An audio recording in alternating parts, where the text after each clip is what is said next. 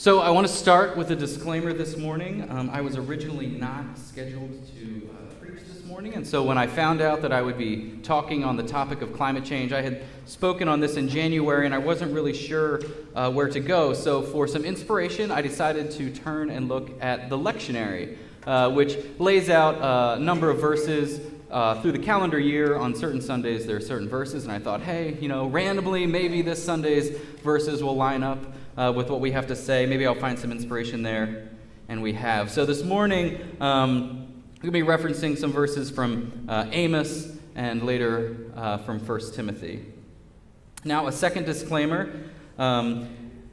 As has been the case throughout this series where we're talking about taboo topics, we're trying not to speak specifically about some of the exact measures and things that we can do policy-wise, but to think more and broadly about how we as Christians are thought to think about some of these taboo topics, to step into the tough conversations. And so given the nature of taboo topics, if things go as planned this morning, you should expect to feel at least a little bit uncomfortable, and I'm doing that on purpose, so just so you're aware. So let's get started. We're going to jump right into this first verse, and you may understand why this may feel a little uncomfortable. Let's see if, okay. I'm going to read the version you have here in front of you. You lie on beds adorned with ivory and lounge on your couches. You dine on choice lambs and fattened calves. You strum away at your harps like David and improvise on musical instruments. You drink wine by the bowlful and use the finest lotions, but you do not grieve over the ruin of Joseph. Therefore, you will be among the first to go into exile. Your feasting and lounging will end. Some harsh words from Amos this morning. A little background here for those of us who are perhaps not as familiar with all of the history and context of the Old Testament prophets. Extremely oversimplified explanation for this passage of Amos is that he is calling out the people of Israel for their inability or unwillingness to remain faithful to God. This unfaithfulness is exemplified in the inequality and injustice that is on display throughout their society. This is a time of two kingdoms, southern Judah and northern Israel. Amos is a shepherd and a fig tree farmer, called as a prophet of God to warn the northern kingdom about the danger of not remaining faithful. This was a time of relative peace, and perhaps even close to the pinnacle of territorial expansion and prosperity for Israel. But this relative safety and security did not lead to a more faithful, fair, and just society for everyone.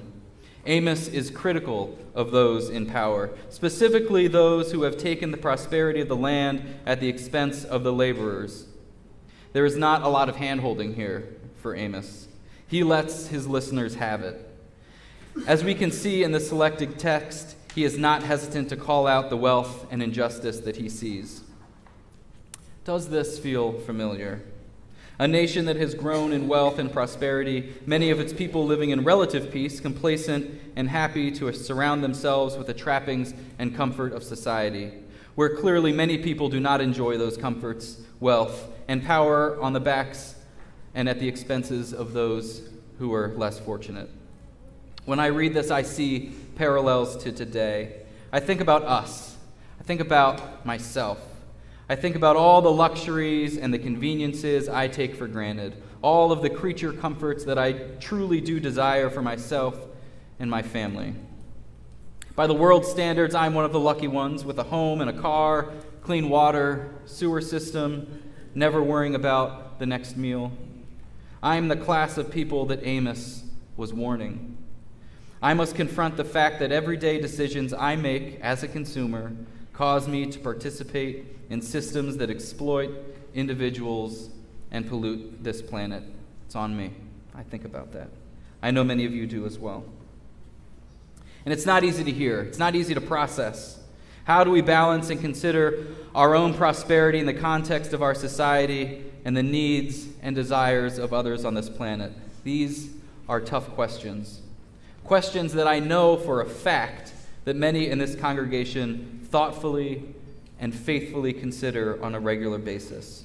So let me step off this soapbox of guilt and remind us that in this set of scriptures, it's not a condemnation of enjoying the good things in life.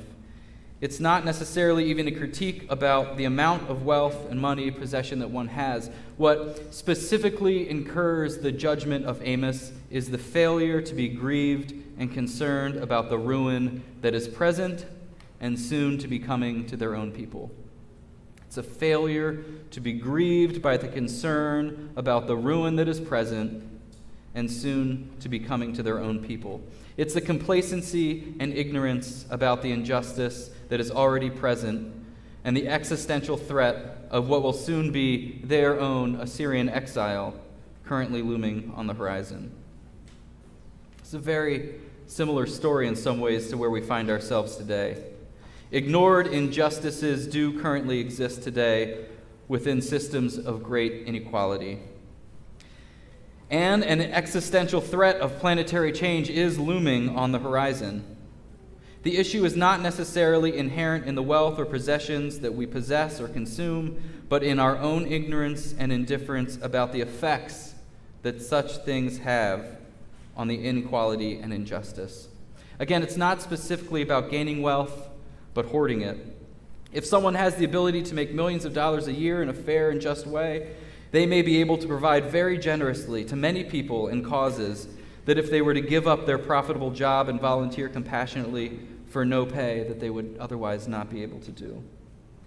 The issue for Amos is the opulence, the luxury, and the utter lack of compassion and apathy for the injustice that is around them. This prophet was talking about inaction of those in power, their failure to act, and the consequences that were sure to come. So who has a prophetic voice like Amos in the world today? Who do you think of when you think of someone not afraid to speak truth to power about apathy and the failure to take action on the issue of climate change? I know someone that jumped into mind immediately. She's been on the news this week. I suspect many of you have thought about this person and likely have already seen the clip I'm about to show you. But I find these words to be prophetic for the world today.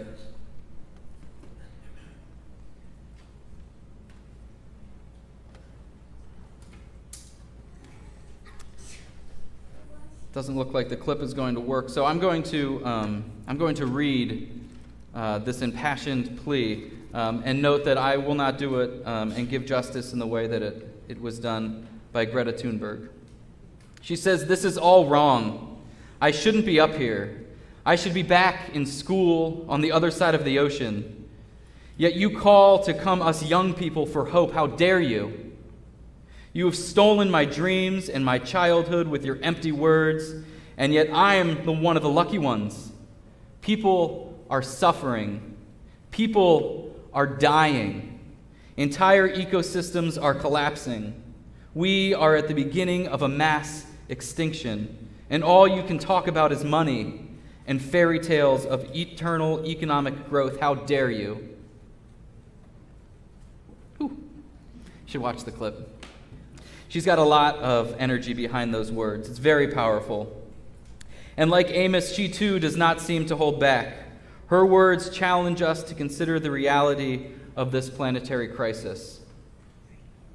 Even more troubling to me at times is that popular Christianity, instead of being a prophetic voice, has largely continued to play a role in perpetuating the problem. Christians are statistically more likely to be skeptical of climate change science than non-religious people. And much of this is fueled by biblical literalism and theological expectations of the second coming. Numerous Christians in positions of power have suggested that this earth is ours to dominate, and since our eternal home is in heaven, there is no need to concern ourselves with the long-term health of the earth. Others have even suggested that using up earthly resources may hasten the end times. In fact, just a few days ago, Pastor Robert Jeffress said this, and I quote, "God said he created the environment to serve us, not for us to serve the environment. This Greta Thunberg, the 16-year-old, she was warning today about the mass extinction of humanity. Somebody needs her to read poor Greta Genesis chapter 9 and tell her the next time she worries about global warming to just look at a rainbow. the gods promise that the polar ice caps aren't going to melt and flood the world again.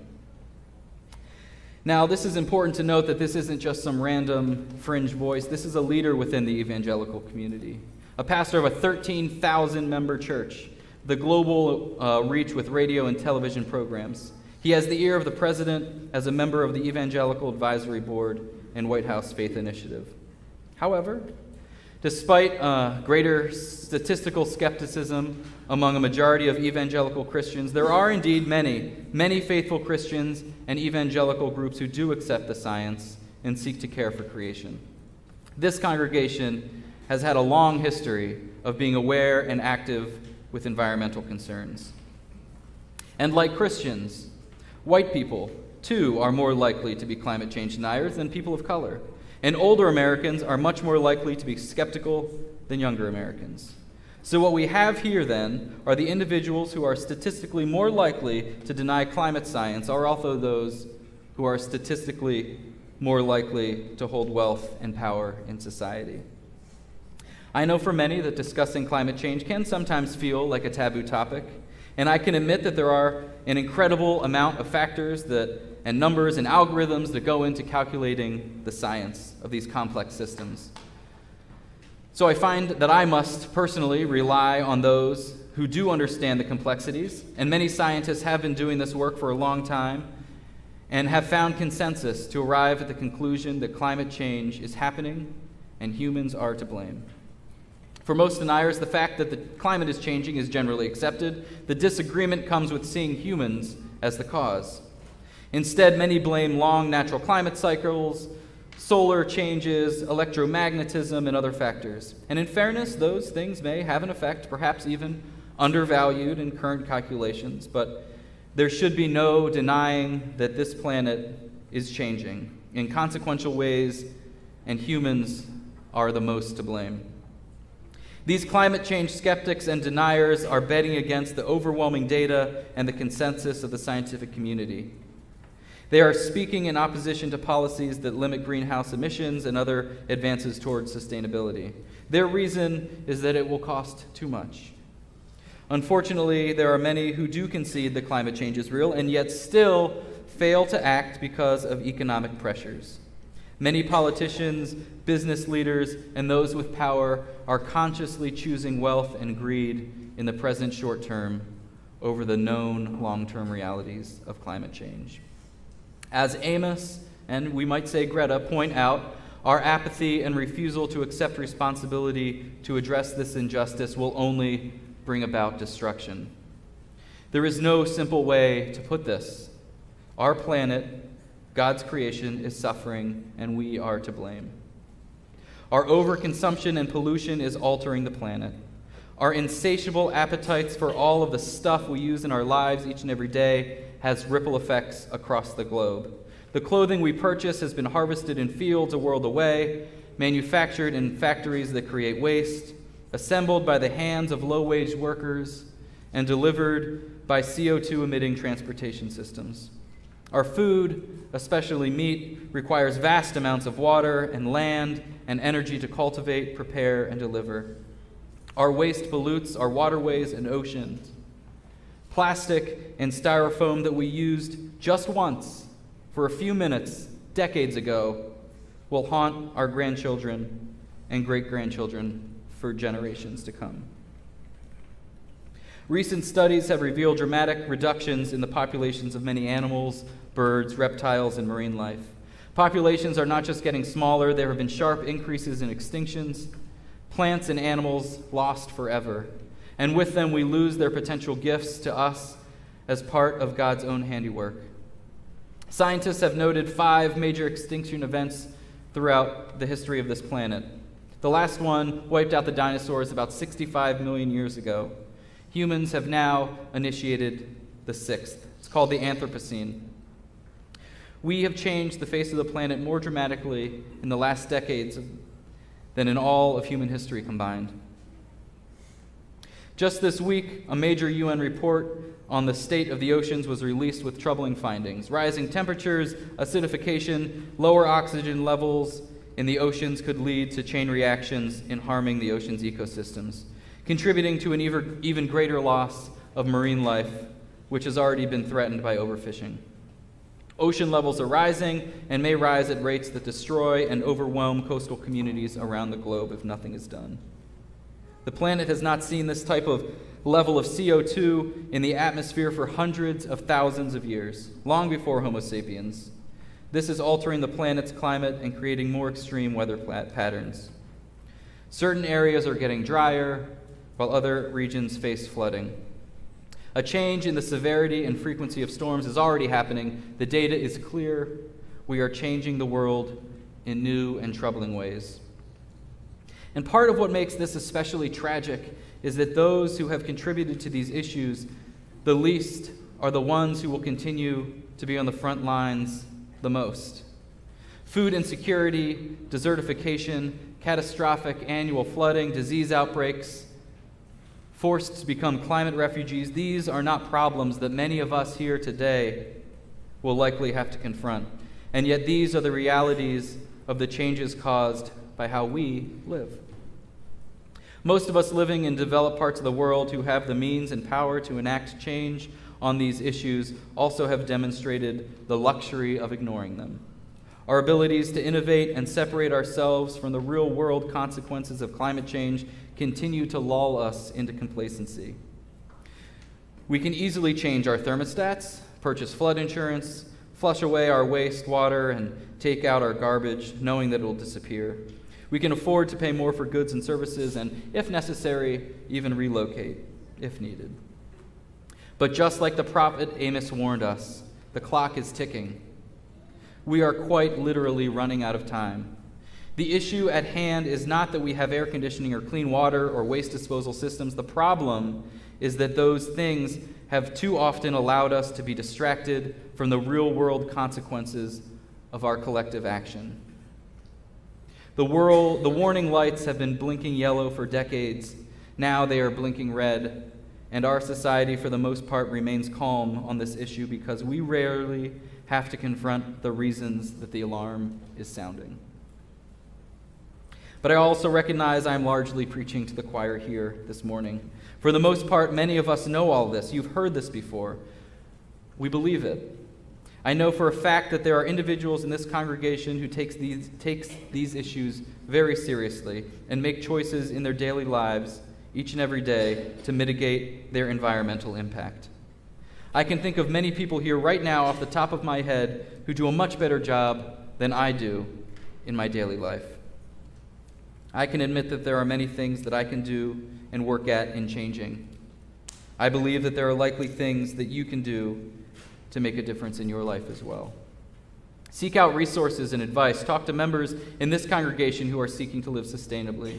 Find resources online from organizations like David Radcliffe's The New Community Project. Just a quick plug. I know they just updated their website.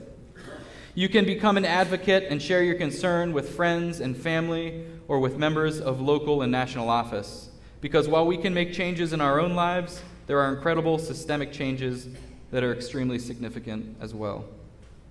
It is crucial to acknowledge that there is no silver bullet here. Some individuals have reduced their CO2 footprint with driving less, others by consuming less beef. In general, eating lower on the food chain and minimizing CO2 emissions in transportation are excellent options. These are effective and important changes that would have very real positive effects if adapted more widely. Reducing our overall consumption of goods, electricity, and water matters. Addressing this issue requires us to act broadly and boldly across all areas of our lives.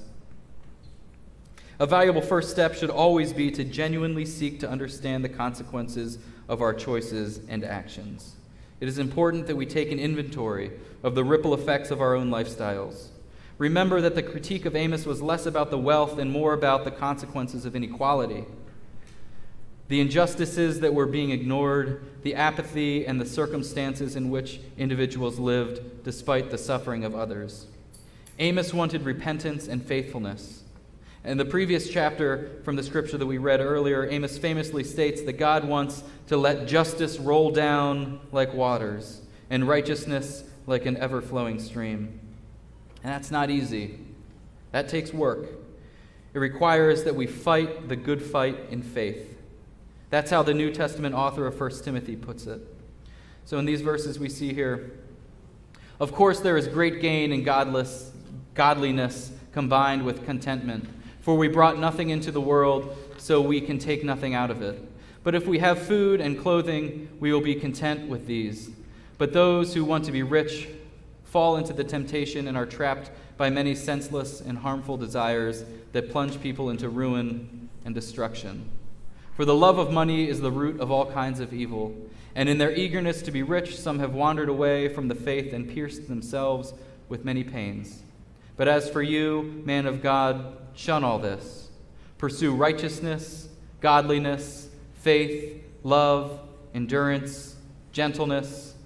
Fight the good fight of the faith. While we know that these passages from Amos and from 1 Timothy are certainly not talking about climate change, we do know that they were warning about the consequences that come from greed, inequality, injustice, and gluttonous consumption. These things are simply not sustainable for any society or culture, and as we are discovering today, even for this planet. Fortunately, as Christians, Jesus has already provided us with an all-encompassing, albeit tough solution for combating climate change, as well as any other injustice that we may encounter. It is a simple answer that is rarely simple to actually live out. Love God. Love one another. The author of 1 Timothy offers up some ways of doing this. Pursue righteousness, godliness, faith, love, endurance, and gentleness. But even he knows that this will not be easy, and so calls all of us to be prepared to fight the good fight for the faith. The natural consequences of truly living out lives in which we genuinely seek to love our neighbors requires us to think about the consequences of how our choices may broadly impact this planet and our fellow brothers and sisters who we will never even meet. It is hard enough for us to consider the ways in which our actions may have negative effects on those who live on the other side of the planet. But one of the greatest challenges of climate change is generating an understanding about how our actions will affect those who are not even alive yet. While we are already seeing some of the consequences today, we must consider that what our actions will mean for the future. History will show that the decisions made in the first half of this century could have potential impacts not just for the next few generations, but for civilization itself. We do not know how this will play out, but right now the trend lines look very grim. If we continue as we have without substantial changes, worst-case scenarios of temperature and sea level rise are predicted to cause mass shortages of food, limited fresh water, and collapsing ecosystems. With an increasing population, this will likely lead to a collapse of infrastructure, institutions, and governments. We are literally talking about the potential for full collapse of civilization as we know it in the next 50 years. This is why we hear passion in the prophetic voice of Greta Thunberg and other young people. I suspect some of you may be sitting there thinking, well, such a scenario, maybe, maybe not. It's unlikely. And the truth is, I don't know. I don't know. But the difference is that gamble is not one most of us here today will personally be alive to confront. But my son, your children and grandchildren, will just be in the middle of their lives, perhaps trying to negotiate the horrific world with children of their own. I know for a fact that you all care about future generations. They should be a part of our motivation for the changes we need to make in our own lives. And not just for them, but for all people who will inherit this earth. The generations that have come before us have labored and passed down the prosperity and resources that we are able to enjoy and exploit today. We live in a unique window within history of humanity. The choices we make today, the collective decisions we choose to make tomorrow, will not only affect those on the planet today, but well into the future. This is how we love God and how we love one another's by thinking deeply about the consequences of our choices as consumers. So let us ask ourselves, what is it that we can do in our own lives that can contribute to protecting all of God's creation? What can we do for consuming less of the planet's limited resources? What can we do towards sustaining ecosystems and adding to the shalom of this planet? May we heed the warnings of Amos and the prophetic voices of today, and let us look around at our prosperity and make sure we are working towards justice for one another and for future generations. May we too have the courage to fight the good fight of the faith.